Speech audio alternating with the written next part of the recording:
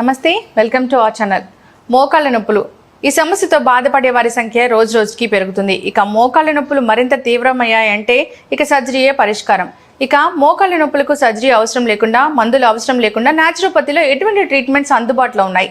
ఇక మోకాళ్ళ నొప్పులను ముందుగానే గుర్తించి వాటిని తగ్గించుకోవడం ఎలాగా? ఇక అదే విధంగా మోకాళ్ళ నొప్పులతో బాధపడే వారికి నొప్పి నుంచి ఉపశమనం కలగడానికి ఎటువంటి ప్రెషర్ పాయింట్స్ ఉన్నాయి, ఇలాంటి వివరాలను అడిగి తెలుసుకుందాం. ఈ రోజు మనతో పాటు ఉన్నారు సెకండ్ లైఫ్ న్యాచురోపతి హాస్పిటల్ నుంచి డాక్టర్ పిఎస్ సాగర్ గారు, acupuncture specialist and integrated traditional medicine వైద్యులు. నమస్తే డాక్టర్. నమస్తే అమ్మా, welcome to our channel. Doctor గారు, చూస్తే కానీ మోకాళ్ళ నొప్పులు అంటే ఒక 20 years ఆఫ్ ఏజ్ నుంచే వస్తూ ఉన్నాయి. సో చాలా మంది కూడా ఈ సమస్యతో బాధపడుతున్నారు. ఇక మోకాళ్ళ నొప్పులు వచ్చాయంటే, చాలా ఎక్కువగా సివియర్గా వచ్చాయంటే శాశ్వత పరిష్కారానికి సర్జరీ అంటున్నారు. సో సర్జరీ చేయించినా కూడా మళ్ళీ ఆ నొప్పులు తలెత్తే అవకాశం కొన్ని కేసెస్లో కూడా చూస్తూ ఉన్నాం. అసలు మోకాళ్ళ నొప్పులు అనేవి ఎందుకు వస్తాయి? రైట్ అమ్మా, మంచి ప్రశ్న అడిగారు. అసలు మోకాళ్ళ నొప్పులు జనరల్గా ఏజింగ్ ప్రాసెస్లో, ఒకప్పుడు చెప్పాలంటే మనకు ఒక 55-60 years దాటాక ఏజింగ్ ప్రాసెస్లో వాళ్ళకి కీళ్ళు అనేవి అరిగి మనకు మోకాళ్ళ నొప్పులు అనేవి వచ్చేవి ఒకప్పుడు. కానీ ఇప్పుడు మనకి 20-30 సంవత్సరాల లోపు కూడా చాలా చిన్న వాళ్ళకు కూడా మోకాళ్ళ నొప్పుల సమస్య అనేది చాలా తీవ్రమైపోయింది. దానికి కారణాలు ఏంటి అనేది మనం ఫస్ట్ చర్చించుకుంటే, మనం ఆహారపు అలవాట్లు అంటే ఎక్కువగా యాసిడిక్ ఫుడ్ తింటున్నాం. యాసిడిక్ ఫుడ్ అంటే చెప్పాలంటే ఈ జంక్ ఫుడ్స్ ఏవైతే ఉన్నాయో, ఆల్కహాల్, స్మోకింగ్, గుట్కా, డ్రగ్స్, లేకపోతే చిప్సో, లేకపోతే చాక్లెట్సో, కూల్ డ్రింక్సో, ఇవన్నీ చూసుకుంటే 10,000 రెట్లు బాడీలో యాసిడ్ ప్రొడ్యూసింగ్ ఫుడ్. మన శరీరంలో 70% నీరు ఉందండి. మన శరీరం పూర్తి స్థాయి ఆరోగ్యంగా ఉండాలి అంటే అది ఆల్కలైన్ ఉండాలి, యాసిడిక్ కాదు. అంటే ఎగ్జాక్ట్గా చెప్పాలంటే 7.365 అనే కౌంట్ ఆల్కలైన్ కౌంట్ ఉంటే మన శరీరంలో ఎలాంటి డ్యామేజ్ అనేది జరగదు, ఆరోగ్యంగా అన్ని అవయవాలు ఫంక్షన్ అవుతుంటుంది.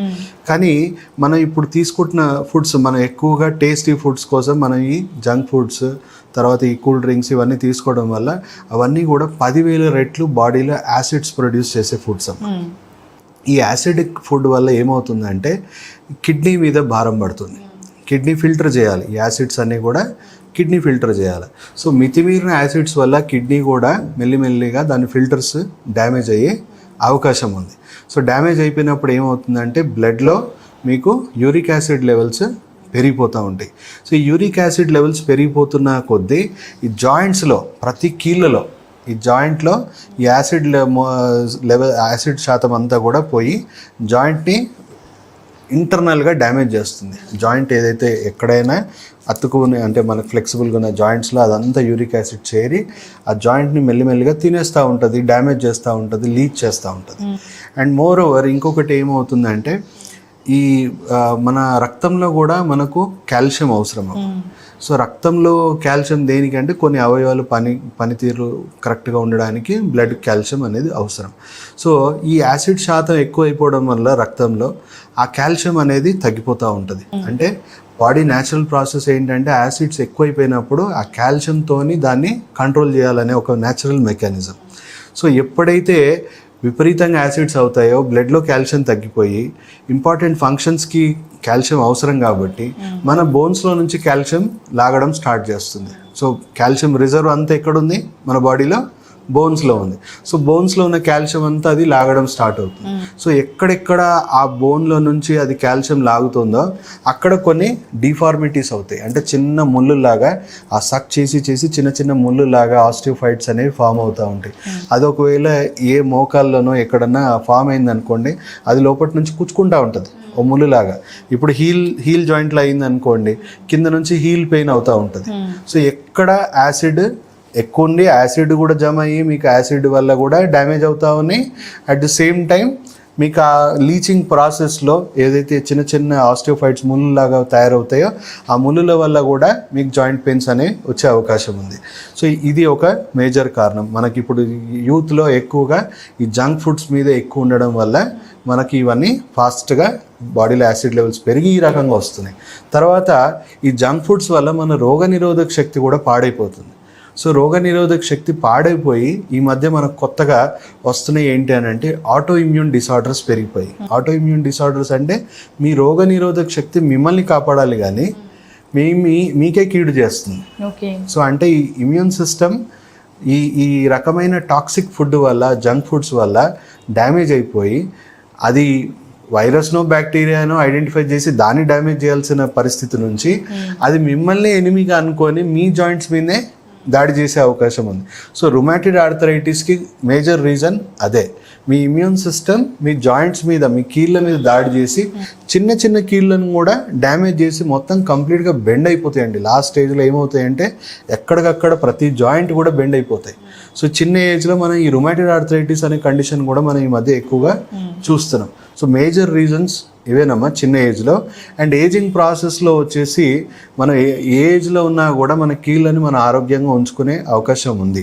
సో ఏజింగ్ ప్రాసెస్లో ఏంటంటే కిడ్నీ హెల్త్ అనేది మనం ప్రాపర్గా మెయింటైన్ చేయాలి.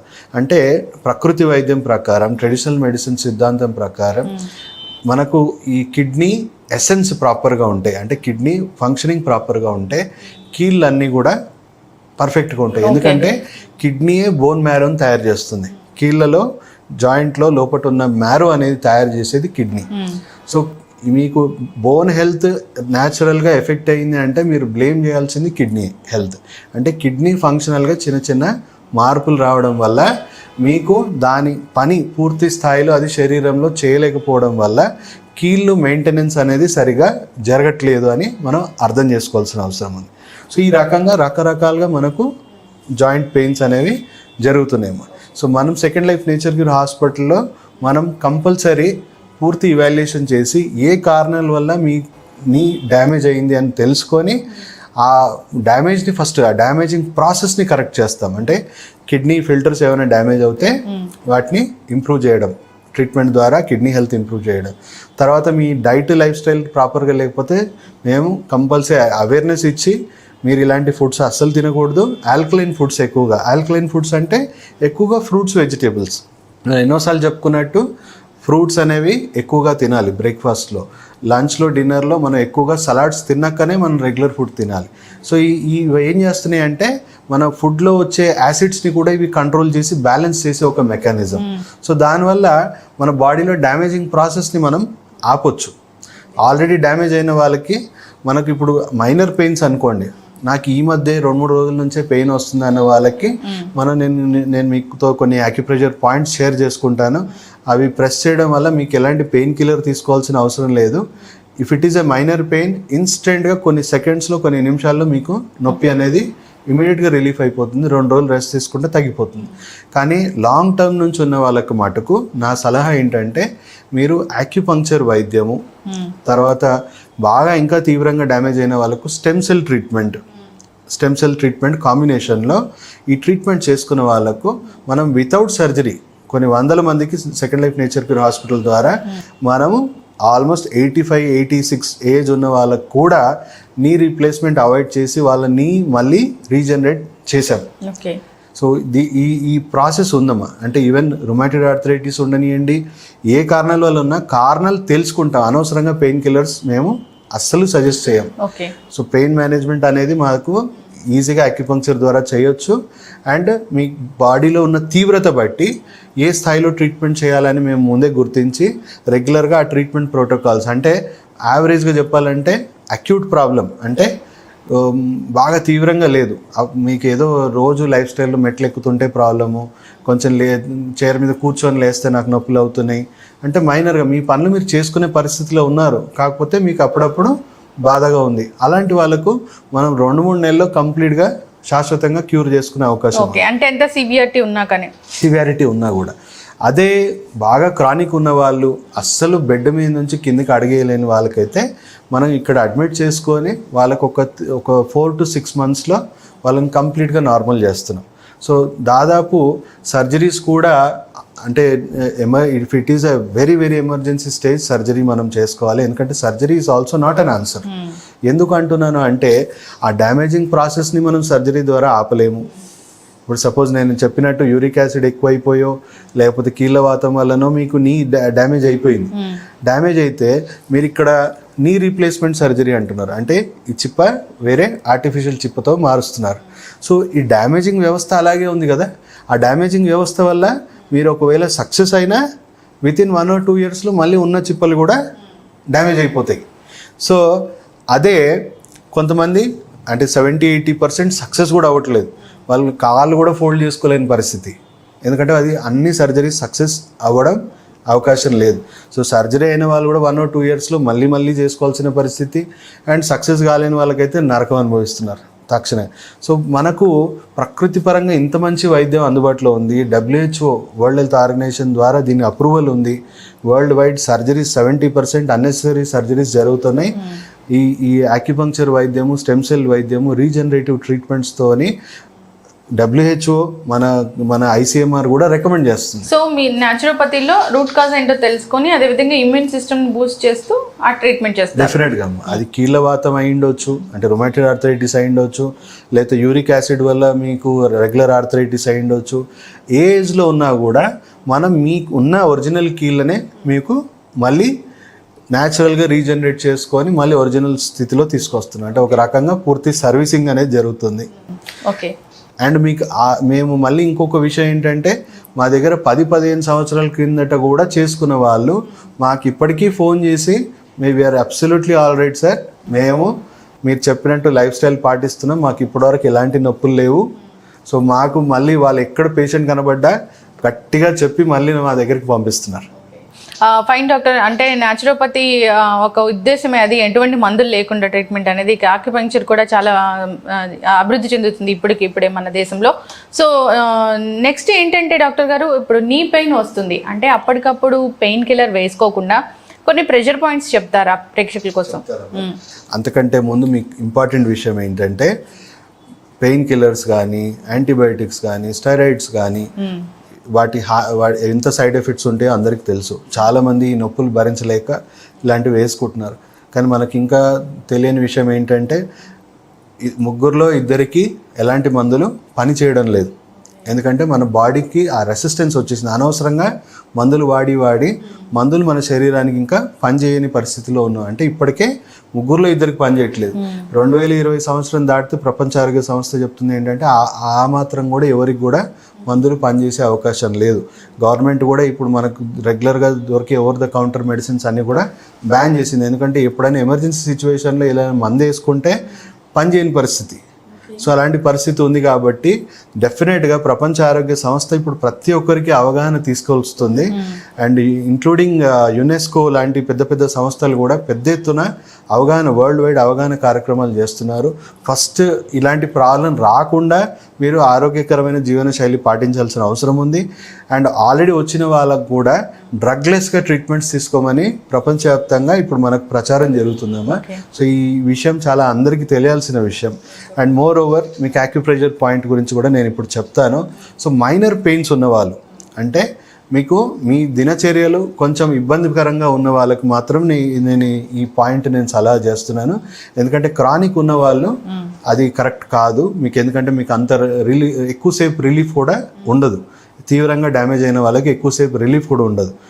బట్ అదే తక్కువగా అక్యూట్గా, అంటే మీకు రోజువారీ పనులు చేసేటప్పుడు మీకు ఇబ్బందిగా ఉంది అన్న వాళ్ళకి మటుకు ఈ ప్రెషర్ పాయింట్స్ చాలా హెల్ప్ అవుతుంది. ఎందుకంటే నేను చెప్పినట్టు మీరు డైట్ లైఫ్ స్టైల్ కొద్దిగా ఫాలో అవుతే మీకు తొందరగా రికవర్ అయ్యే అవకాశం ఉంది. కొంచెం రెస్ట్ తీసుకుంటే రికవర్ అయ్యే అవకాశం ఉంది.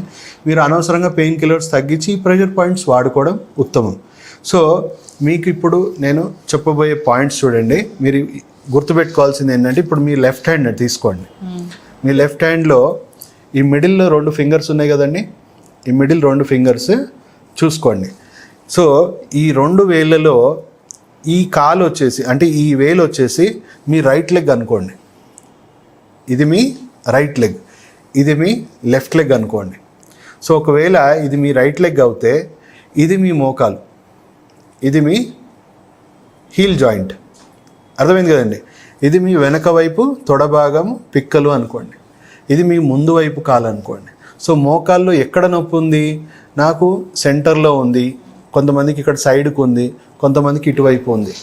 సో మీకు ఎక్కడ నొప్పి ఉందో, మీరు కాల్లో ఎక్కడ ఉందో చూసుకోండి. ఇప్పుడు నాకు మోకాల్లో ఇటువైపు నొప్పి ఉంది, అంటే ఈ భాగంలో నొప్పి ఉంది అనుకున్న వాళ్ళు ఈ భాగంలో ఒకసారి పెన్తో ఇలా మార్క్ చేసుకోండి. సెంటర్లో నొప్పి ఉంది అనుకున్న వాళ్ళకు సెంటర్లో చూసుకోండి. ఎటువైపు అయినా ఉండొచ్చు, అది పైన ఉండొచ్చు, లోపల వైపు ఉండొచ్చు, వెనక వైపు ఉండొచ్చు. సో ఎటువైపు ఉన్నా అటువైపు మీరు టిక్ చేసుకోండి. టిక్ చేసుకొని ఇప్పుడు సపోజ్ ఇక్కడ నొప్పి ఉంది అని అనుకుందాం. మీకు పెన్ను వెనక వైపు భాగం, ఇలాంటి పెన్ను కానీ పెన్సిల్ కానీ మన ఇంట్లో అందరి ఇంట్లో ఉంటాయి కాబట్టి ఈ పాయింట్ని మనం ఇలా రుద్దండి, ప్రెస్ చేయండి. మీకు ఇప్పుడు అక్కడ నిజంగా నొప్పి ఉందనుకోండి, ఈ భాగంలో నిజంగా నొప్పి ఉందనుకోండి, ఇక్కడ తీవ్రమైన నొప్పి మీకు తెలుస్తుంది. నేను చెప్పినట్టు మన శరీరంలో ఉన్న ప్రతి నాడి ఎండ్ పాయింట్స్ చేతుల్లో కాళ్ళలో ఉంటుంది. సో ఎక్కడ ప్రాబ్లం ఉంటే ఆ నాడి కూడా ఎఫెక్ట్ అవుతుంది, ఆ నాడి కూడా అంతే తీవ్రంగా ఎఫెక్ట్ అయి ఉంటుంది. కాబట్టి మీకు ఇక్కడ నొప్పి ఉంది అంటే ఆటోమేటిక్ ఇక్కడ కూడా అంతే తీవ్రంగా నొప్పి ఉంటుంది. సో దాన్ని కేర్ఫుల్గా మెల్లిగా ప్రెస్ చేయండి, మెల్లిగా ప్రెస్ చేయండి. అట్లీస్ట్ ఒక అర నిమిషం నుంచి నిమిషం. అండ్ కొంతమంది ఈ నొప్పి తట్టుకోలేరు. సో జాగ్రత్తగా మీరు ఎంత భరించగలరో అంతే నొప్పి మీరు ఒత్తిడి క్రియేట్ చేయండి. సో ఇలా మెల్లిగా రుద్దుకోండి, మెల్లిగా చేయండి. దానివల్ల మీరు మళ్ళీ మెల్లిగా చెక్ చేసుకోండి, మీ కాళ్ళలో ఇమీడియట్గా నొప్పి అనేది కంట్రోల్కి వచ్చేస్తుంది ఇమీడియట్గా. సో అదే మీరు లెఫ్ట్ లెగ్ తీసుకుంటే నేను చెప్పినట్టు ఈ వేలు తీసుకోవాలి. ఈ వేల్లో చూసుకుంటే ఇది మోకాల్లో మిడిల్ భాగం, లోపటి భాగం, బయటి భాగం. సో ఎక్కడుంది అనేది ఫస్ట్ మీరు చూసుకోవాలా. మీకు ఈ మోకాల్లో సెంటర్లో ఉందా, లోపట ఉందా, వెనక వైపు ఉందా, ఎటువైపు ఉందో చూసుకొని అలాగే మీరు టిక్ చేసుకోండి. లోపటి వైపు ఉంది అంటే ఇక్కడ టిక్ చేసుకోండి. టిక్ చేసుకొని పెన్ను ద్వారా ఇలా మెల్లగా ఒత్తిడి కలిగించండి. అంటే మంచిగా రెస్ట్ తీసుకొని, నేను చేయి ఇలా పెట్టానని అందరు ఇలా పెట్టకండి, మంచిగా రెస్ట్ తీసుకొని టేబుల్ మీదనో బెడ్ మీదనో మీరు పెట్టుకొని మెల్లిగా ఒత్తిడి క్రియేట్ చేయండి. ఈ ఒత్తిడి క్రియేట్ చేస్తున్న కొద్దీ మీకు అక్కడ మీ కాల్లో ఎంత నొప్పి ఉందో అంతే తీవ్రంగా ఇక్కడ కూడా నొప్పి ఏర్పడుతుందంటే మీకు కరెక్ట్ పాయింట్ మీకు దొరికినట్టు నా అర్థమైంది కదండి. సో అలా మెల్లిగా ఒత్తిడి క్రియేట్ చేస్తూ ఉంటే మీకు ఇమ్మీడియట్గా రిలాక్స్ అవుతుంది, ఇమ్మీడియట్గా పెయిన్ అనేది తగ్గిపోతుంది. సో ఇలా మనకు మార్కెట్లో యాక్యుప్రెషర్ షాప్స్లో ఇలాంటి టూల్స్ దొరుకుతాయి. ఇలా మీ థమ్కి అది తొడిగించుకొని ప్రెషర్ పాయింట్ ఇలా ఒత్తితే ఇమీడియట్గా, ఎందుకంటే ఇది కరెక్ట్గా మీ ప్రెషర్ పాయింట్స్ మీద కరెక్ట్గా ఒత్తిడి క్రియేట్ చేస్తుంది కాబట్టి ఇలాంటి టూల్ దొరికితే తీసుకోండి. లేదంటే మీ పెన్ను పెన్సిల్తోని కొంచెం ఓపిక్గా చేసుకోవాలి. సో ఇలా ప్రెస్ చేసుకుంటున్నా కొద్దీ, మెల్లిగా మసాజ్ చేసుకుంటున్నా కొద్దీ మీకు మెల్లిమెల్లిగా అది రిలాక్స్ అవుతుంది. కనీసం కానీ 1 నిమిషం నుంచి 2 నిమిషాల వరకు చేయండి, అంతకంటే ఎక్కువ చేయకండి. ఎందుకంటే అందరూ తట్టుకోలేరు, విపరీతమైన నొప్పి ఉంటుంది ఇక్కడ. సో లేని వాళ్ళు చెక్ చేసుకోండి, మీకు ఎలాంటి నొప్పి ఉండదు. మోకాలు నొప్పి లేని వాళ్ళు ఈ పాయింట్లో ప్రెస్ చేయండి, మీకు ఎలాంటి నొప్పి ఉండదు. ఉన్న వాళ్ళకు మటుకే, అంటే ఆ శరీరంలో ఆ భాగం డ్యామేజ్ అయిందంటే దానికి సంబంధించిన నాడి కూడా అదే విధంగా ఎఫెక్ట్ అయి ఉంటుంది అని దానికి అర్థం. సో అక్కడ ఎంత తీవ్రంగా ఉంటే ఇక్కడ అంతే తీవ్రంగా మేము చెక్ చేస్తాం. ఎవరైనా మా దగ్గర నొప్పి ఉంది అని వస్తే ఆ నాడిని చెక్ చేసి అసలు ఉందా లేదా కూడా మేము గుర్తించే అవకాశం ఉంది. సో ఎంత తీవ్రంగా ఉంటే ఆ నాడి కూడా అంతే ఎఫెక్ట్ అవుతుంది. కాబట్టి ఈ నాడి నుంచి ఈ మర్మా నుంచి మన ఈ ప్రెషర్ పాయింట్ నుంచి మనం స్టిమ్యులేట్ ఒత్తిడి కలిగించి ఇమ్మీడియట్గా కొన్ని సెకండ్స్లో, కొంతమందికి అయితే ఎక్కువ శాతం మందికి సెకండ్స్లో మీకు రిలాక్స్ అయిపోతుంది, కొంతమందికి కొంచెం స్లో అవుతుంది. రోజు ఒక 4-5 సార్లు చేయండి, మీకు 2-3 డేస్లో పెయిన్ అనేదే ఉండదు. నేను ఇప్పుడు క్లియర్గా చెప్తున్నాను, ఇది కేవలం చిన్న ప్రాబ్లం. అంటే మీ రోజువారీ పనులు చేసుకునే వాళ్ళకి ఇబ్బంది కలుగుతున్న వాళ్ళకి మటుకే ఇది ఈజీ. బాగా సివియర్గా తీవ్రంగా ఉన్న వాళ్ళు మీరు ఇక్కడ నొప్పి తట్టుకోలేరు. దయచేసి మీరు ఒత్తుకుంటే ఏమవుతుందంటే తల తిరిగినట్టు కూడా అయ్యే అవకాశం ఉంది. క్రానిక్ పేషెంట్స్ చేయకండి. అక్యూట్ పేషెంట్స్ ఉన్న వాళ్ళు మటుకే, అంటే రోజువారీ పనులు చేసుకునే వాళ్ళకి ఇబ్బంది కలుగుతున్న వాళ్ళు చేసుకుంటే మాత్రమే వాళ్ళకు ఉపయోగకరంగా ఉంటుంది, వాళ్ళకి ఎలాంటి ప్రాబ్లం ఉండదమ్మా. Thank you so much doctor గారు, చాలా మంచి ఇన్ఫర్మేషన్ ఇచ్చారు, ధన్యవాదాలు. Thank you. Hi, my name is Mrs. Usha Komru. I came to know about Dr. Sagar's clinic through my husband, Sri K.V. Gopala, who is a graduate from the acupuncture and acupressure university. And through his association, I could really get consultation through Dr. Sagar here at Barkatpura. When I came here, actually I was diagnosed as osteopenia and my bones have deformed, especially my leg bones, and I could not stand well and I used to lose balance. Also, after the 3 sessions that have been completed successfully, my blood sugar has also come down to normal, which actually has helped in reducing the damages caused by the blood sugar. I'm very, very happy about it, and also all my activities that I am performing at home, I can do with more efficiency and flexibility. I express my gratitude towards Dr. Sagar for the same. Thank you. Thank you. So చూసారు కదా నీ పెయిన్కి సంబంధించిన information. ఇక మరో టాపిక్తో మళ్ళీ కలుద్దాం. ఇక ఈ వీడియో కనుక మీకు నచ్చినట్లయితే లైక్ చేయండి, షేర్ చేయండి. మరిన్ని ఇంట్రెస్టింగ్ అప్డేట్స్ కోసం మా ఛానల్ని తప్పక సబ్స్క్రైబ్ చేసుకోండి.